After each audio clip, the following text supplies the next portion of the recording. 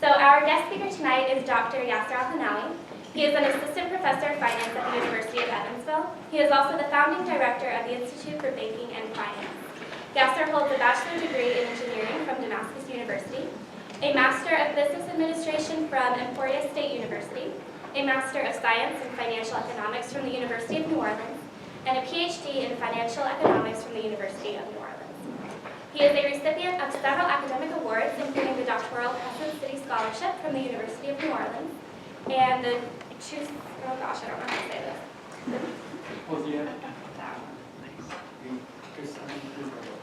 Yes, the Tucson Outstanding Doctoral Student Award from the Business School at University of New Orleans. He is also a recipient of the 2013 Dean's Teaching Award from the Schroeder Family School of Business and Summer Research Grant from the University of Evansville. He has been teaching undergraduate and graduate courses in finance since 2005. He has also been active in academic research and professional consulting activities. His current research interests are mergers and acquisitions, asset pricing models, and personal finance. He has presented his research in major finance conferences, and his papers have been published in distinguished finance journals like the Quarterly Review of Economics and Finance, the Journal of Investing, the Review of Financial Services, and the Review of Financial Economics. Please join me in welcoming Dr. Al-Hanawi.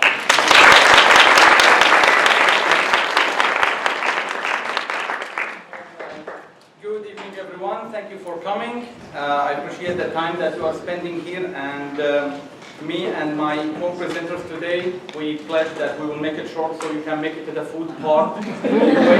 So don't worry, it shouldn't be long. Thank you for the introduction. Let me tell you something else about myself. I am from Syria. I came here in 2001, right before the tragic events in New York, about a couple months before that, and I have been here since then. I came to Evansville 6 years ago, so this is my 6th year at Evansville. Today we will talk about what is going on in Syria, and I made the assumption that most of you are familiar with the political background, so we will not talk about politics.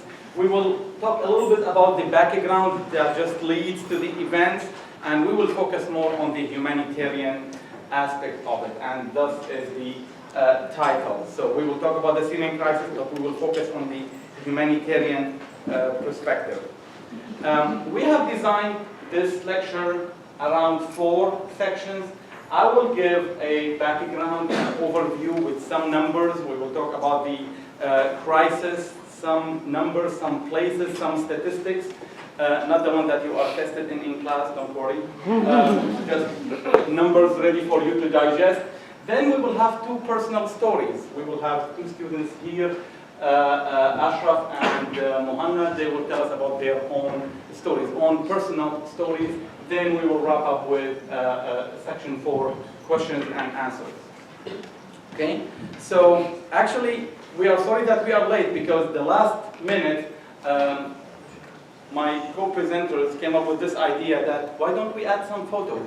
I think they wanted to say that my presentation is so dry. They were so polite not to say that. So they told me, why don't we add some photos? So we said, okay, let's show the photos. This is a photo from Damascus. This is a big religious place. It's a mosque in Damascus. It was built about 1400 years ago. Damascus is the capital, for those who don't know.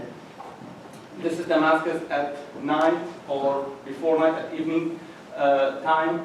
And I think, again, my co-presenter, I need to give him credit for that. He said, well, obviously he encountered cases where when you say Syria, people think about tents, camels, dust. Well, yeah, we have places like this, but this is Damascus, so this is the place where I live. He's from Aleppo, so he insisted to put some pictures on from Aleppo. Aleppo is the second largest city in Syria, and according to him, is the best place in Syria. I cannot agree or disagree, but I love this place. This is Aleppo. Here's another photo of Aleppo, and here's again some religious places from Aleppo. This is homes. I think everyone probably have heard about this because this is a city that has been hit hard by the unfortunate events in Syria. We wish we can bring more photos, but unfortunately that's how it looks like today. This is Homs actually.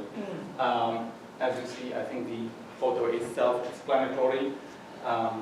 Here's another photo, but don't worry, we will not show you a lot of these photos. It's not, they are disheartening, so we don't want to show all of these photos. Let's go to some numbers, okay? Although I think the facts are also equally disheartening, but at least it doesn't have the visual effect. So just a quick background. What is going on in Syria? Yes, there is a crisis. There is almost a war. Some call it a civil war. Some call it actually a world war because there are forces from all over the world fighting on that small land called Syria. But it started in 2011 where there was some protest and some demonstration, basically people asking for improving, for the government to improve their life situation and of course ask for more democracy and freedom of speech. There was some scattered violence events reported, but the demonstrations were cracked down severely. And that led to escalation, and as you see, the death toll keeps increasing and increasing from one year to the other. I tried not to report what I hear in the media. I tried to report only credible resources. So this is my resource. This is from the BBC. So as of March 2015, that's the latest data I could get that I can report actually. And it talks about 220,000 people killed. And these again are documented deaths. Some people say the actual number is much higher. They talk about 1 million. But again, I just want to report what has been documented. The United Nations has documented the war crimes taking place, and they basically blame both parties. Actually, the word both is not accurate because there are many people fighting now on the land of Syria, but it looks like everyone is doing something bad over there. I think this is an important fact because this is a question that many people tell me or ask me about it. They say, how did you live under ISIS when you were in Syria? Well, the fact is that ISIS came to existence in 2015. Before 2015, no one heard about something called ISIS. Okay, so it is a byproduct of what is going on in Syria. It's not something that has been there. Actually, again, I had people telling me, hasn't this ISIS thing been there for 200 years? And my answer is no, that's not true. Okay, no, they have been for months, maybe a couple of years. But again, this is a byproduct or a result of what is going on in Syria. So this is the background. Of course, many politics, many conflicts, many negotiations. United Nations is involved, many big countries are involved. We are not going there. We are talking about people today, just how people are affected, okay? So, and again, I'm trying to bring credible resources. I don't want to state what is in the media, although there are many things. Just Google Syria and your computer will just throw many things at you. These are numbers that I got from the United Nations High Commissioner for Refugees. These are data by end of 2015. Some of them are updated, some of them are 2016, but most of them are 2015. We are talking about 7 million individuals displaced within Syria, another 4 million outside Syria, and to put things in perspective, Syria is a country of 25 million people. So when you are talking about 7 million individuals displaced, you are talking about a third of the country. So out of every 3 Syrians, 1 of them is displaced. To me, that's huge. The 4 million, again, is 16% of the population. Where do they go? Well, naturally, they go to neighboring countries. And unfortunately, these are not wealthy countries. These are countries that already have problems, economical problems or socio-economical problems. So the problem of the refugees kind of make their situation even worse and makes the life of refugees themselves even worse because now they are refugees and they are living in poor countries. So we are talking about 2 million in Turkey, 1 million in Lebanon. And 100,000 here and there. Germany actually took the lead in the world by taking refugees. Reportedly, there are about 1 million asylum seekers in Germany, and according to I couldn't find again a resource on that, but I think Germany is still accepting refugees, but at a lower rate, not as fast as they used to do. To me, this is embarrassing. Canada and Australia only 15,000, although both countries are actually accepting immigrants every year. We will have slides talking about the U.S., but the U.S. is involved in helping with the refugees, but the U.S. is involved more financially, and we will have the numbers coming. But when it comes to accepting refugees, I believe we are still lagging behind. This is a promised number to have 85 by the end of 2016. Here's a quote from the Commissioner of Refugees at the United Nations, and I think, again, it's self-explanatory. I don't need to read it again, but the problem is severe. People say this is the crisis of the century. It hasn't happened like this before. This scale of refugees flooding the neighboring countries never happened in history at that scale. So it's a big thing. And again, this is a statement by the UN High Commissioner for Refugees in 2015. Okay, so the world response, yes, some stepped up to the challenge and tried to help. As humans, we are obligated to help each other. So yes, there has been some help, but as you see, the help is modest. Okay, the resettlement countries have offered 88,000. And I just mentioned that the number of displacement outside Syria is about 4 million. Okay, so that's a humble number. The United Nations requested almost $7.5 billion in humanitarian aid, and only a third of that fund has been pledged.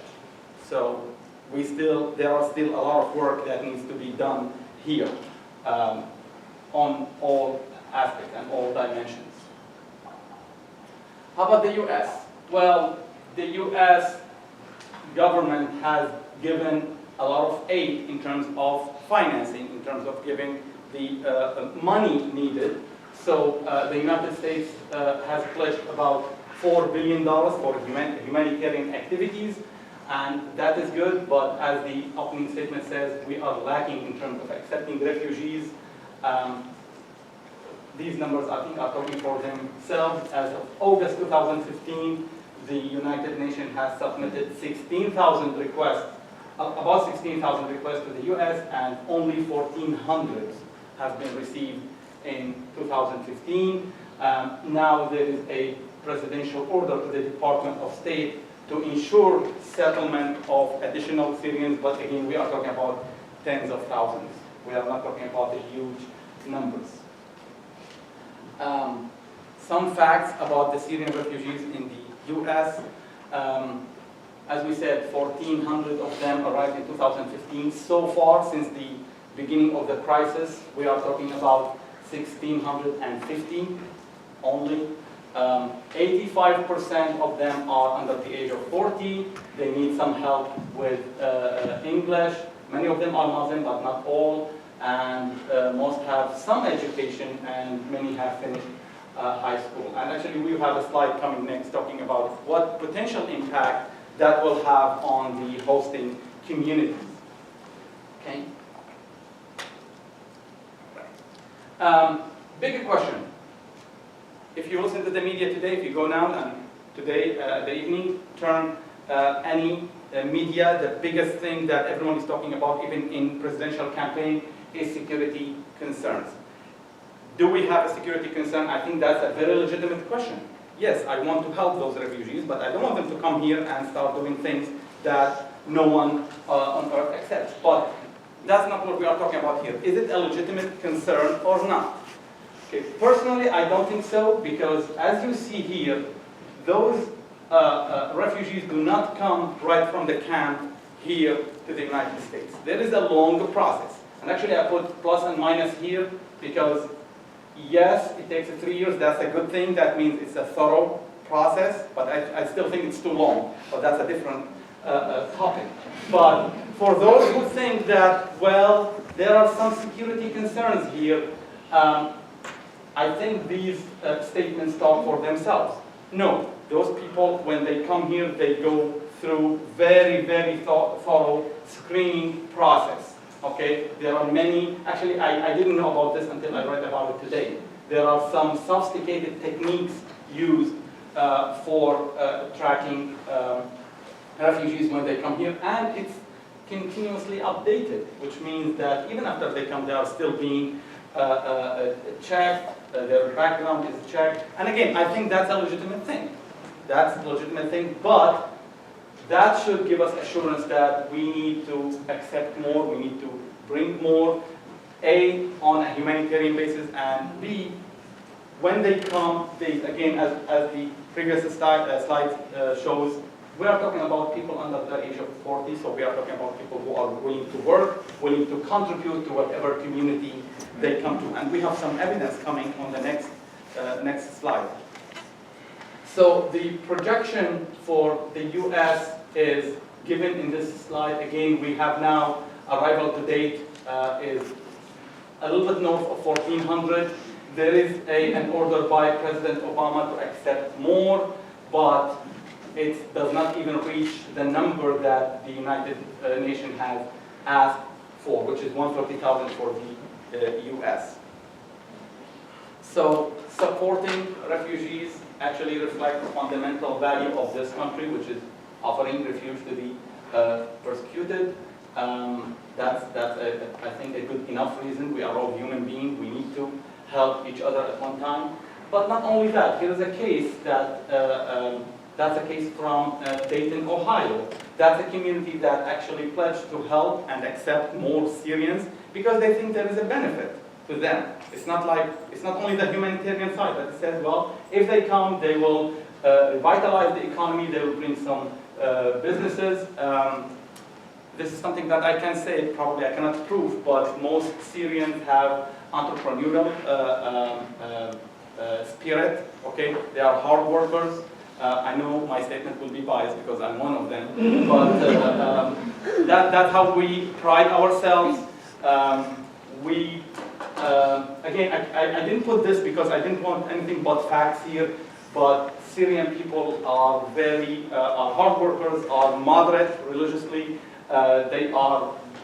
They learn fast, and they are very able to integrate into any community that they are placed in. Okay? So I want to stop here, and here I want to give the presentation to Ashraf, and he wants to share with us some personal points from his journey from Syria to the US.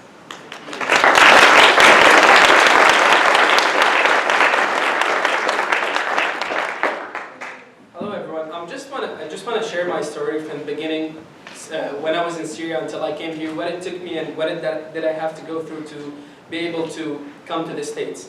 First of all, I'd like to emphasize the point that Dr. Al-Hanawi was saying is not all Syrians are going to be a burden on the society in here. Most of them are going to do something good, probably, when they go to an open and very a country that provides a lot of opportunities like this. For example, I'm going to introduce my family, which are, like, we're 9 brothers, 9 siblings, 1 sister and 8 brothers. I'm going to start with my father, Dr. Muhammad Asad Abaji. He's an orthopedic surgeon, 7 years old, lives in Aleppo, Syria, and he speaks 4 languages. My brother Adel, he came to the United States 1994, and he finished his bachelor degree in Syria, and he's specialized with pulmonary diseases and critical care medicine, internal medicine, and he speaks Arabic, English, and a little bit of Italian. My brother Rashid, he's 27 years old. He migrated to Canada. He didn't migrate. He went to Canada to continue his education after he finished his bachelor in pharmacy from Al-Qalamun University in Damascus, in Syria. and done his master's in Canada, and now he's doing his PhD. Speaks Arabic, English, Turkish, and French. My brother Hassan Obaji, he came to the United States on a tourist visa, and then went to the borders of Canada and applied for asylum from there. And now he's working in Canada in graphic design. My brother Hussein, unfortunately, when he was 3 years old, he had very high fever and he was handicapped after that. He's a twin of Hassan. He lives in Syria. My sister Lana, she's 20 years old. She studies bioengineering in Aleppo University. And then the handsomest of them all, 21-year-old studying. I was studying biomedical engineering in Cyprus, but I came here to study physical therapy. And two little brothers, Brahim and Omar, 8 and 7. They're too young. Here's my brother Adil, who lives in New York. Now, as you can see, he's not implanting bombs and doing any terrorist stuff. He's married and he has 3 daughters, living the dream. Unfortunately for you ladies, Rashid and Hassan, they're married, but I'm not though. Here's some pictures of the family. Again, my sister and my brothers. And here's, girls do drive in Syria, if you don't know that. I just wanted to point that out. And now, my real story is, after I graduated from high school, I needed to leave the country because of a few reasons. One of them is I participated in more than 50 protests in Aleppo. And I actually organized one in my own neighborhood. My father went to Turkey and me and my sister stayed at home alone. And one day there's no water in the house, and I went at night checking up in the roof, like where is the water in the tank, where is it going? So I had a light at night, and I saw that there is no water there. I was like, okay, I hope that it's gonna come and we're gonna have water. Second day, however, after 20 minutes from me going down home, a group of armed people knock on the doors, like who was upstairs on the roof having a light with him. I was like, it was me, where's going on? He's like, come with us. I was like, where are you taking me? I have my sister here, my parents are, I told them they're in Latakia, because if I say that they're in Turkey, they're gonna say like, why they're in Turkey, what they're doing there. So if you're gonna take me here, like my sister's gonna freak out, please don't take me, do something. Neighbors came and then like they were satisfied with just taking my ID. And a Syrian without an ID in my age, back home, it's something, you cannot move out of your house. And even if you move out, if you stay in your house, it's a problem. Because they can come at your house anytime.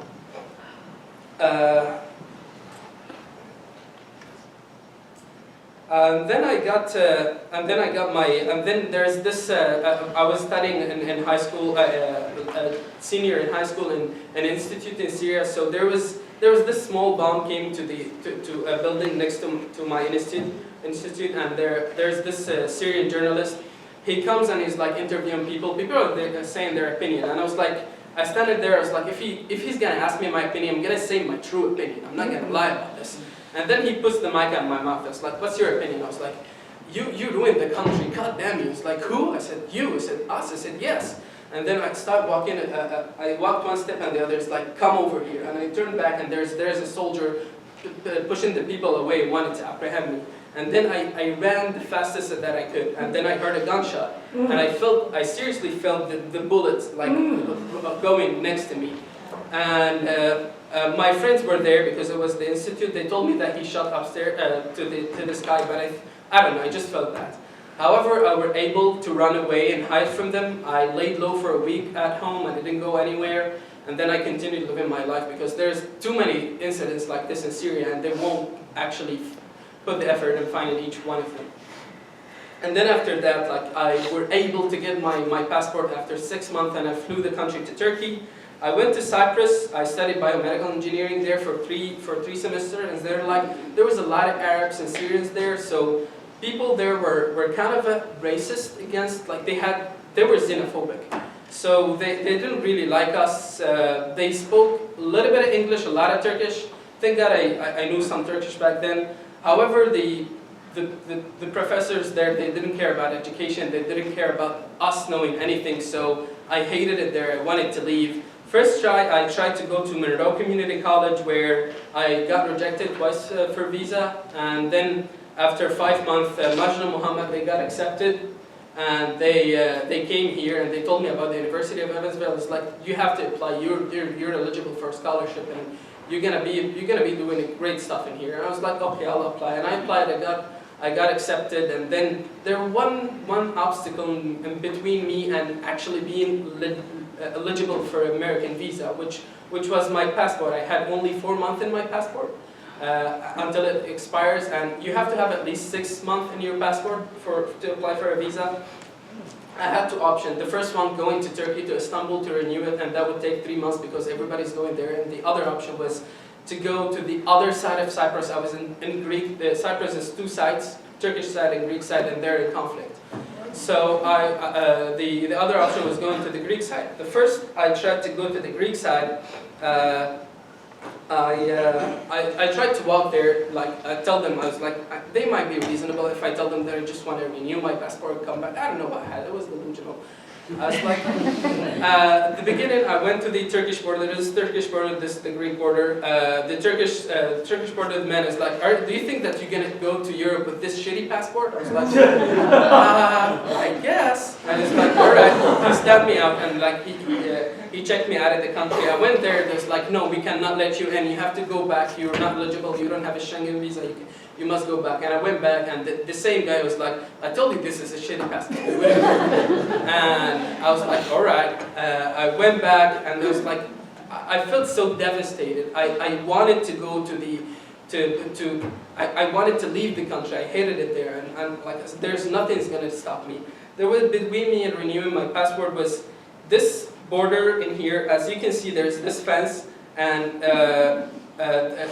Cyprus, the Greek side of Cyprus is on this side. So it was this fence from here, jumping, standing here, and then going there. And I actually did it. I jumped the fence, I stood here, and I slid myself into it. I had a couple of scratches. It wasn't so bad, but I actually were able to do it. I had a map with me. I found a Lebanese lady who spoke Arabic and English so well. And she helped me go to the embassy. I went to the embassies. They were like, it was the best treatment from the Syrian government I've ever seen in my life. They were like, it's not gonna take long. We're sorry, it's gonna take a day. We usually finish it at the same day. We're gonna renew your passport tomorrow. We're compact today, so can you please come tomorrow? I was like, okay. I rented a hotel. I stayed for 1 day. On my way back, I was like, damn, how am I gonna go back now? It's almost impossible to climb out, but it's easy to slide in. It was doable though if I had a friend like bring in a rope from here and be climbing up, but like nobody was willing to risk it. So I called my friend. I told him this is the issue. He said, "Don't worry, it's not a problem. If you pass the Greek border, the Turkish border will be fine." I was like, okay. And I actually passed the Greek border. I was just say hi to them. They said hi back, and then I went to Greek side. And then at the Turkish side, the same man that saw me the day before that, and like he made that racist comment, and it's like, didn't you just like tried yesterday and you couldn't go? I was like, yeah, but I tried again and they let me. And they was like, okay, I want to see you in the system. I cannot find you in the system. What time you came here? I was like, I don't remember, man. I just came. Like, why are you so mad about it? And he said, I don't know. I want to see you in the picture. And I was talking to Majna Muhammad about this, and I was telling them, guys, I'm screwed. And they were like, don't worry, calm down. And then like they told me to hang up. I hung up, and then they called me again. I was like telling them, guys, I'm trying to call somebody here to come and get me out of this trouble. So they wanted my phone because I was talking with people. They said that I was a spy, and I was a very smart spy because I had this.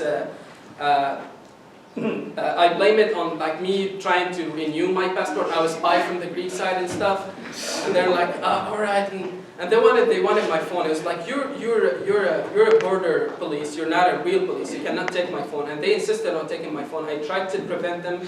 I bent down, put my phone in my pocket, and bent here, laid on the ground. They kicked me. They they bit every single part of me. They hit me on my face with their shoes, and it was really epic. Like, I was bleeding all over the place. My shirt was like dirt and stuff. And then the real police came, and I was like trying to explain to them what happened. Nobody would like listen to me. They took me to custody. I was in jail for 1 day. The second day I was seen by a judge. He said that I'm on probation for about a month until I get my until he decides, and then probably I'll be fine. And then they took my passport, and I was on probation for 1 month, and it kept taking, like, they said 2 weeks, and then it's 1 month, and I was like, okay, it's taking too long, I'm gonna miss the visa appointment. And what I tried to do is, like, I went to the judge's office, and I talked to the employees under him. There was this one very fine lady. I showed her my transcript from my previous school, the current school that I was at. I showed her that I got a scholarship.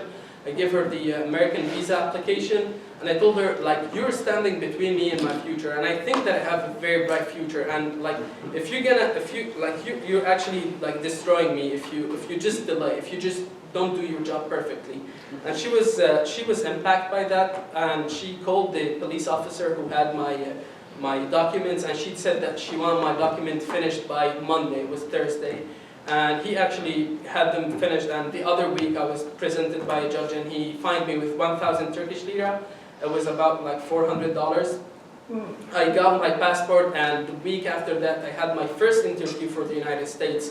There was, I don't know, the beginning, the counselor didn't like me, and she after asking me 3-4 questions, 1.5 minute interview, she said, you're rejected, I'm sorry, go out. And then, by the way, if you're a student, you're applying for a visa to the United States, it's not cheap. It costs you between IELTS and TOEFL and document fees and stuff about $3,000. The first time for Monroe Community College, I paid $3,000, and for this university, to get like the documents done, I paid $3,000. So I was like, okay, all the money went like away, and I did it for nothing. And then I was like, I'm gonna do it again. There's something must be wrong, or at least I'm gonna go next time to the counselor and tell him, if Jesus was in your place, what would Jesus do? Or like if Denzel Washington was in your place, what would Denzel do? I wanted to joke about it. I actually went the week after that, the next Wednesday, and there was this very amazing counselor. She was smiling all the time. She liked the way I talked. She was convinced, and everything I said, she looked at all the documents. It took her 15 minutes interview. It was a real interview. And then she took my documents and put them in a folder, and she said that I was approved. And I was so happy. I went downstairs and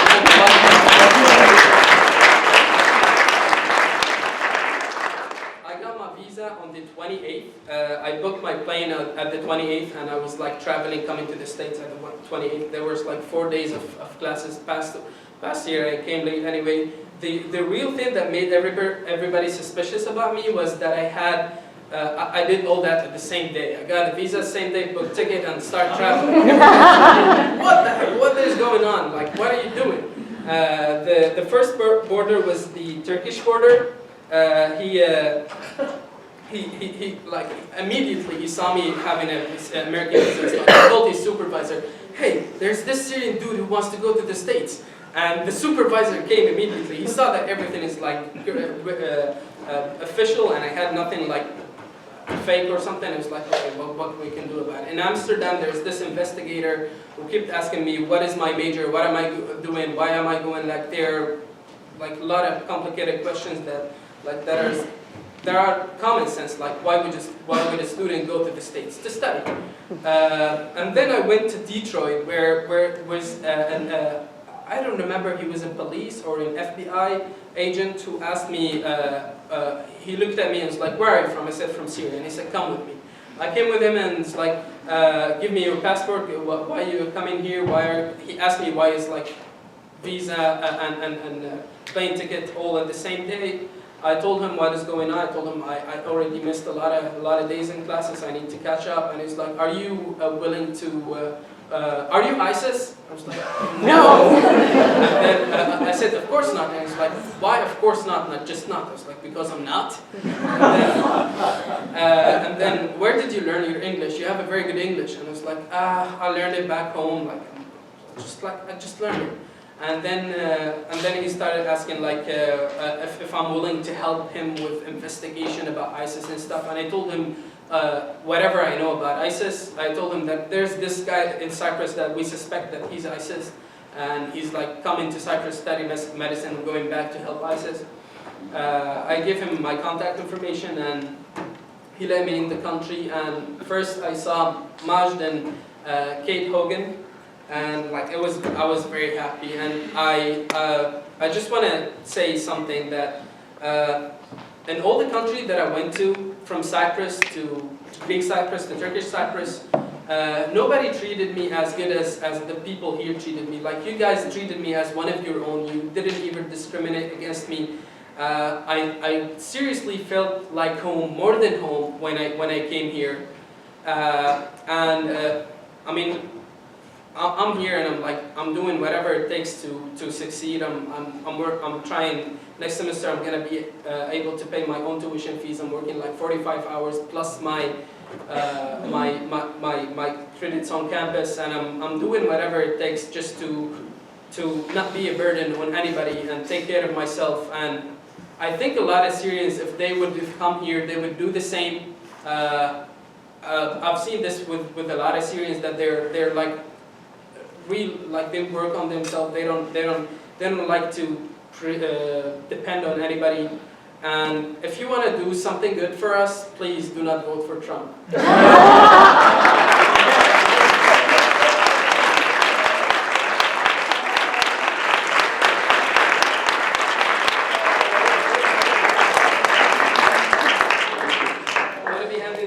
Back to Dr. Yasser Al-Hanawi. Thank you so much for listening.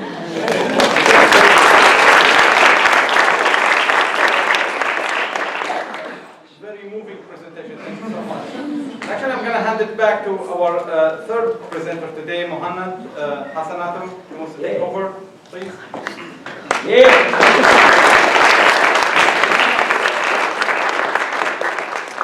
Good evening, everyone. I hope you're all having a wonderful evening tonight. As I was just introduced, I'm Mohammed Hasanatum. I am an 18-year-old Syrian from Aleppo, and I'm studying electrical engineering. My story is actually nowhere close to Syria. It starts in Saudi Arabia, where I was with my family in the winter break, and I was about to go back here to continue studying. There should have been no problem, and I mean, I had all the legal documents I needed. So I went to the airport. It took me 4 hours to go from Saudi Arabia to Jordan, and maybe 20 hours to go from Jordan to Chicago. And that's when I was told, after they checked my passport, that step aside with my brother, that we will be interviewed. Be asked a couple of questions or so. We didn't think much of it. I was asked questions the first time I came here, and it took me less than a minute. We were told that we would go to different rooms, each one of us. And I went and I saw the waiting area, and it was really, really crowded. So I waited. And I waited, and then my brother came and he told me he was done. I was surprised, and I thought it shouldn't take long. We had about 6 hours till our next flight over here to Evansville. So when I was finally told to enter the room, I entered, and to my surprise, I entered a room. I was waiting to enter a waiting room to an interview. That took me even more time to wait, and that room was filled with more Arabs and more Mexicans, and maybe some Nigerians. At first I talked with people, tried to get my mind off it. I still thought it wouldn't take long. So I kept myself on my thoughts because I knew I'd just paranoid myself and think I'd stay there forever. And so I waited until I was finally called to the interview room. In the interview I was only asked 3 questions. And for the most part, they weren't too bad. At first I was asked, where did I come from? And I said, I came from Saudi Arabia to Jordan, and then now I'm here. It was simple. Then they told me, they realized that my visa was denied the first time I applied for it. They asked me why. And I said, the first time I applied for it was in the city of Jeddah. And they didn't tell me why. I was rejected almost immediately. So my father took me to Riyadh, a city right beside Jeddah, so we can apply for it again. Over there, they told me that they don't know why I was denied in Jeddah. They apologized and they told me there was no reason to. But I got it and I was happy, I was satisfied. That's when they asked me the odd question, how long does it take to go from Jeddah to Riyadh? I said, an hour in airplane, maybe 12 by car. Shouldn't take long. I don't know, they didn't seem satisfied with the answer. They told me they would Google it. I let them be, and they let me be. I thought that I would be back, sent out after the interview, but apparently I had to wait some more. And that's when I had to wait, and wait, and wait, and I realized after all this time, I'm gonna miss my airplane. I wasn't allowed to use my phone, and even if I was, I couldn't use it for anything. Over there, you can use the internet for about an hour until you have to pay, and I already did. I had my SIM card wasn't charged, so I couldn't call or receive calls, and I wasn't even allowed to use it from the start. If they saw me using it, they would take it from me. So I kept it in my pocket. But I knew that I couldn't just sit down without any communication with anyone, especially my brother. What would he be thinking now that I'm nowhere where he knows? He saw me last and he went and then I disappeared. Who knows what he could be thinking? Who knows what my family could be thinking? Because I knew they'd find out. Then they did. So I went to an officer. I just asked any officer. I told him about my situation. Told him that I just want to get the word to my brother that I probably will miss the flight. At that point, I still believed that I won't be denied. I'll be allowed to come over here. So I told him, just tell him, just let me talk to him. The officer was very nice. He was very nice. He allowed me to go to his office and talk to him. He allowed me to use my phone and try to talk to my brother, just at least get his number. To my surprise, my phone was new and it didn't have his number. Luckily, I had my old phone with me. That phone had his number, but it wasn't charged. So the officer allowed me to charge my phone in his office while he conducted an interview, but I had to wait outside. And so I waited again. He came back and I got my phone and we tried to call him, only for me to realize something big, which that his phone, his SIM card wasn't charged, and so I couldn't call him. From that point, there wasn't much to do, so he announced it on the PA system. The officer announced it on the PA system about the situation, just in case they get a hold of my brother. And that was it, really. I had to wait some more. That's when, while waiting, I started to get a bit scared. I didn't know what was going on. There was no way to talk to anyone, and there was no way anyone could talk to me. Until my phone started to vibrate in my pocket, someone was calling me. That was crazy. That wasn't supposed to be happening, but it was. And I didn't know what to do. I freaked out. I started looking for the officer. It took me a while to find him, but I finally did, and he immediately let me back to the office. I looked at my phone, and it was Mom. And, after that 4-hour flight, and then the 20-hour flight, and then this 6+ hour wait, it was just really nice to listen to my mom's voice again. And I talked to her, and she told me that she talked to my brother, and he was the one who recharged my phone. Apparently, he knew my PIN number or something. And he charged both our phones, and he contacted my parents, and from that point, I was just getting a crazy amount of phone calls from around the world, apparently. I talked to her, she talked to me, we just got caught up with the situation. I felt a lot better after that, and I thank the officer. I really do, until now, thank him. And so I went back to waiting. I was feeling a lot better at that point. It was good. I talked to my family. My mother would talk to my brother.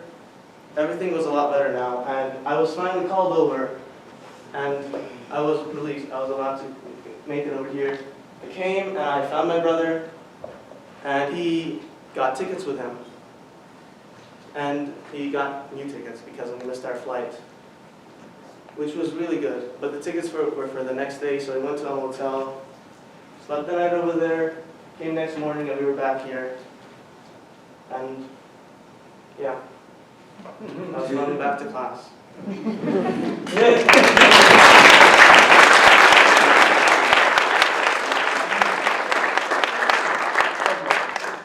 All right, so thank you for listening, everyone. So before I wrap up, I was thinking about how to summarize all of this. What can we get out of this lecture today, everyone?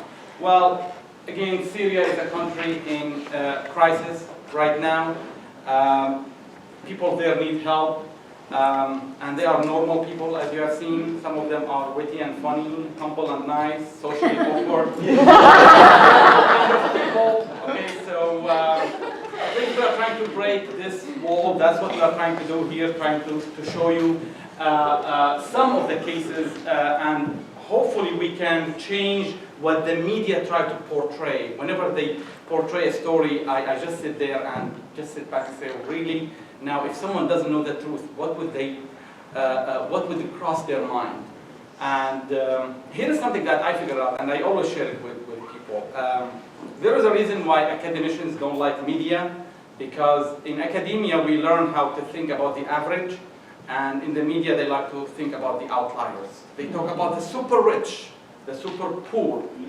They talk about someone who comes to make a lot of trouble, or they talk about someone who comes here to come up with a breakthrough in science. But for some reason they don't talk about the average, and the average is more than 99%. At least that's what we learn in schools, and yeah, that's how it's life. So again, the reason today to bring you here is to taste some Syrian food that will be coming, and I'm just reminding you of that, we haven't forgot that, and to show you some cases of Syrians here in the United States.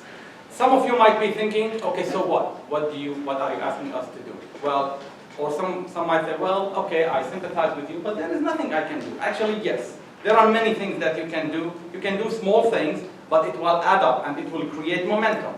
So here are some suggestions. Okay, he came up with one of them. I don't want to repeat it, but you can give people in the camps. We are talking about 4 million people are still in camps under unhumane situations. Weather, cold weather, hot weather. They are living in camps, and they have been living there for 4 years. Actually, there are children who were born in those camps. And sometimes I think about it. These are human beings born in camps. There is no way that they will get education. There is no way that they will see civil life. Okay? So if we keep them there, what do we expect out of them after 20 years? I think we need to ask ourselves that question. That's a responsibility of everyone. Okay? When you give people education and hope, they act upon it and they do something good. They do something constructive. But when you let someone grow in a camp throughout his life, God knows what will come across his mind. It's not like I don't blame them for whatever crosses their mind, but again, when you grow up in a camp with no education, no role model, no TV, no humane life situation, I don't know, our brains probably will take us to some bad zones. We can act. If we cannot contribute, we can act. We can talk about this. So today you heard about some stories. At least you can go and talk to your neighbor when they say, well, I support not having any more Syrians here. Well, you can tell them, well, I met 3 of them today. Okay, and again, they are normal people. Okay, just like us. They want to make a living, they want to make a family, they want to live, they want to contribute to society, they want to contribute to science however they can. So please, talk about this situation. If there is any way you can influence the government to do something, and you are willing to do so, we appreciate that. Contact your congressman, contact your representative.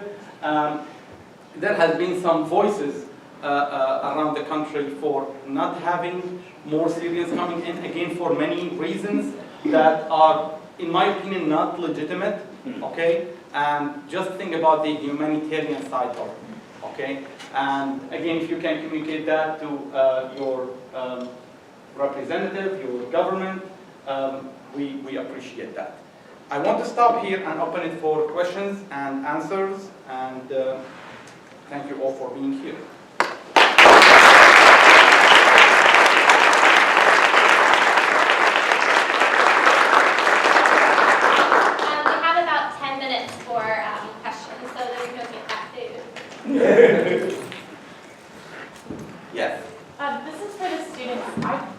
wonder, like, how do you stay so positive when you've had these experiences and when you know what's happening in your country right now and you know that your family's over there? How do you stay so positive about everything?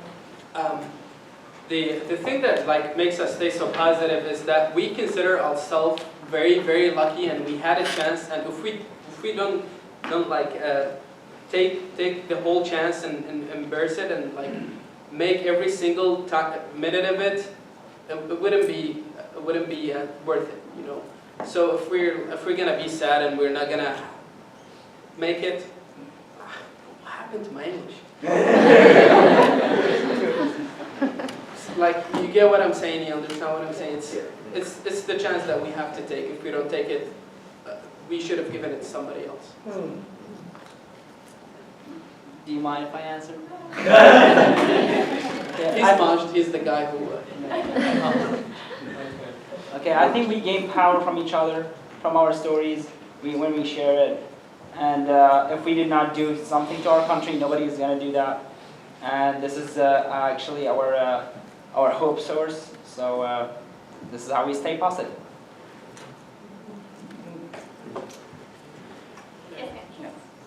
What do you want to happen in your country? Question to me? You were looking at them, so... I know it's a big question, but it's what's going through my head. No, it's not a big question. I think to me the answer is peace. That's what I want. However it comes, peace. Because in civil war, who pays the price is usually the normal people, the people who just are living their lives. Those who consider themselves big or whatever they call themselves, leaders on any side, they are not touched. Nothing happens to them. Eventually one side won, and the leadership of the other side flee the country, and only average people pay. That's how I see it. So I just want peace. I don't know if there are many Syrians here, so you can ask. Yes. So how do you get peace? Well, now that's a big question. I don't know. Politics is never my major. I think there must be more intervention, serious intervention from the international community. I can talk about the details, but probably it will take long. It will take forever. Yeah. But I think part of the problem, what has been throwing fuel to this fire, is the attitude of, this is not my baby. Let them fight, let them do whatever they want, we just sit and watch. And I think there must be some intervention. Yes? I picked up the Crescent today, and I very rarely get over here, and one of the early stories here was making the choice to grow. When in an article editorial about when confronting the real world and the anxiety that comes with it, facing our fears and doing the things that terrify us when we grow, I think you've got a fine illustration of people who've had the guts to face up to how they might grow.